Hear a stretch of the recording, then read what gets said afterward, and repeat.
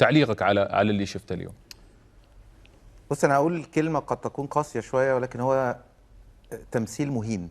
يعني حسيت انا كلاعب كره مصري سابق وبلعب في نادي كبير زي الزمالك ومثلت منتخب بلدي قبل كده، عمري ما تخيلت ان هو ده يكون مستوى منتخب مصر حتى لو المنتخب التاني. زي ما قلنا مصر اكتر من 100 مليون وفيها لعيب كتير كتير تستحق التواجد في المنتخب، وفي النهايه بتبقى اختيارات مديرين فنيين، وفي كتير من اللعيبه اللي موجوده دي لعبت لمنتخب مصر الاول يعني، حتى لو كنا بالمنتخب مصر الثاني. لكن هذا الشكل وهذا المستوى اللي ظهر بيه منتخب مصر في 3 مباريات متتالية، فهو ده نتاج عدم تخطيط، نتاج مشاكل ما بين الأجهزة الفنية، مشاكل ما بين الاتحاد ورابطة الأندية. يعني في النهاية ده بيكون اللي احنا شفناه النهاردة ده بيكون نتاج كل اللي حصل ده في اللي فات. منتخب مصر يستحق والشعب المصري اللي بيعشق كرة القدم يستحق فريق يمثله أفضل من كده بكتير.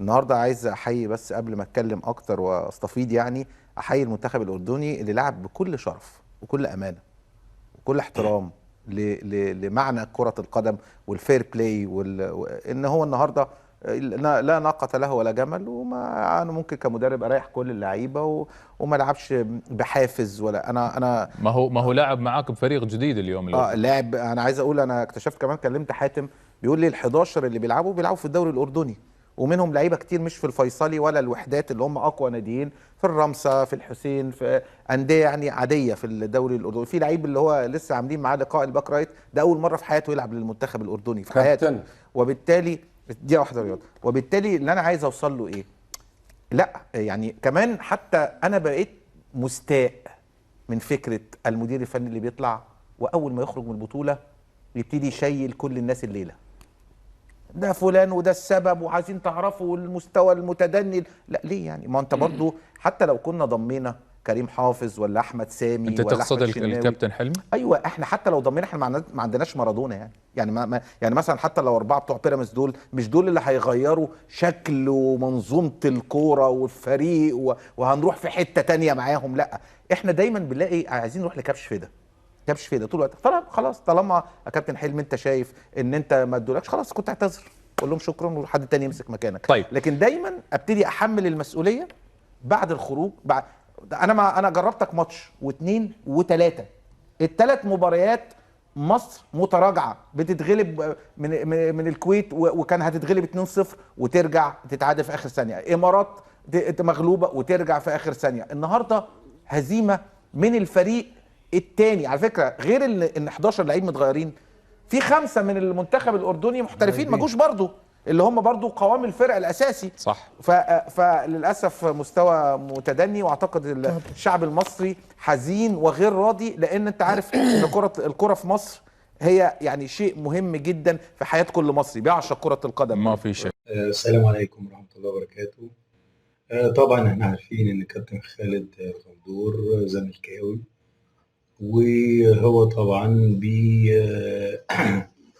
كل آراءه بتبقى الآراء دي اللي هي آراء الزملكاوية اللي احنا عارفينها.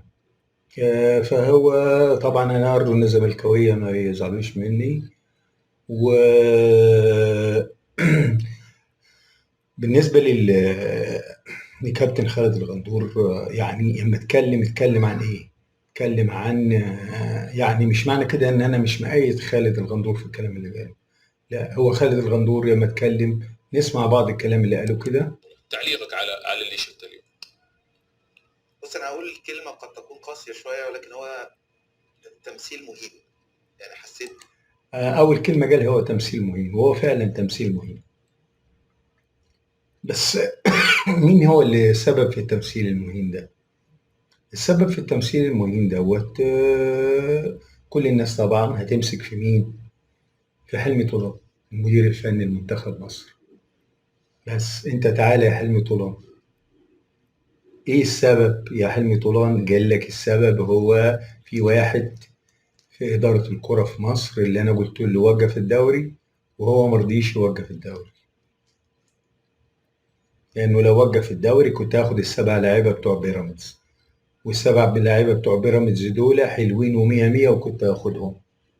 وهو فعلا قبل ما يروح من مصر، قبل ما يسافر من مصر بفتره حوالي 10 15 يوم كده، عمل مشكله عشان الموضوع دوت، وقال انا ممكن اسيب اداره المنتخب، وممكن هدد بعض التهديدات، بس طبعا هم رضوه بعد كده وهو اقتنع. بس ده غلطته هو مش غلطة حد تاني. انت اقتنعت ان انت تكمل، يبقى ده مين اللي غلط، انت ولا الحد التاني؟ طبعا انت. فأول حاجة هي فعلا تمثيل غير مشرف لمنتخب مصر في كأس العرب. يعني ودول بتفوز علينا، والكويت تعادلت معانا وكانت هتفوز علينا، الإمارات اتعادلت معانا وكانت هتفوز علينا، ايوه تعادلنا معاهم بالعافيه الكويت والامارات. والاردن ديت يعني احنا كنا بنلعب كوره في منتخب مصر، وبنسمع على منتخب مصر، وبنشوف منتخب مصر في التلفزيون قبل الدول دي ما يبقى فيها كوره اصلا.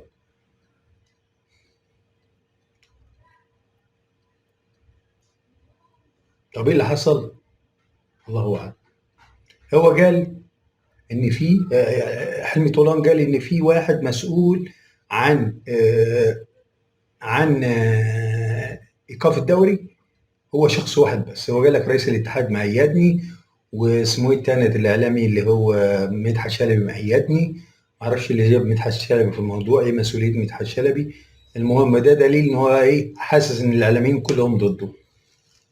تمام. بس هو اي واحد بيفشل بيحاول يحمل حد تاني مسؤوليه فشله، بس انت ما حدش قال لك انت شايف نفسك انت مش عاطينك اللعيبه اللي انت عايزها، خلاص سيب لهم المسؤوليه وخلص. طيب مين هو المسؤول بقى عن ايقاف الدوري؟ معروف المسؤول عن ايقاف الدوري رابطه الانديه ورئيس رابطه الانديه. بس رابطه الانديه بتجتمع وتقرر انها توقف الدوري عشان منتخب مصر لا يشارك في كاس العرب ولا لا. بس طيب نسمع كلام خالد الغندور تاني بيقول ايه. انا كلاعب كره مصري سابق وبلعب في نادي كبير زي الزمالك ومثلت منتخب بلدي قبل كده، عمري ما تخيلت ان هو ده يكون مستوى منتخب مصر حتى لو المنتخب التاني. زي ما قلنا مصر اكتر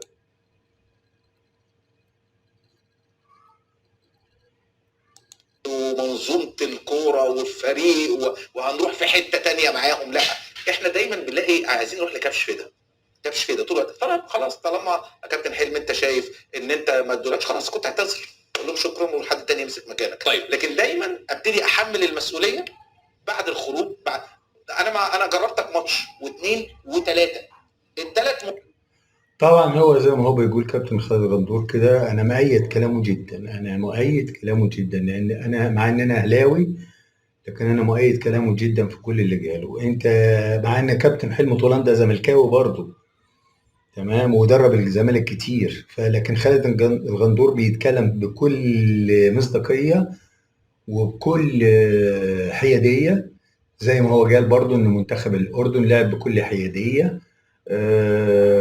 برضه نزل لعيبه وغلب، بس نزل لعب في فريق تاني، الفريق التاني غير الفريق اللي غلب بيه الكويت والامارات. لا لعبنا بفريق تاني 11 لاعب غير اللي هم لعبوا. يعني معنى كده ان هو بيقول لنا خدوا الفوز على طبق من ذهب، واحنا ما عرفناش بقى لا ناخده على طبق من ذهب ولا طبق من ملوخيه. تمام. فهو خالد الغندور فعلا بيقول ان انت بتدور على كشف فدا. بس يا كابتن حلمي انت هل مصر الفرق اللي في الدوري ال 21 فرقه اللي في الدوري ما فيهاش لعيبه،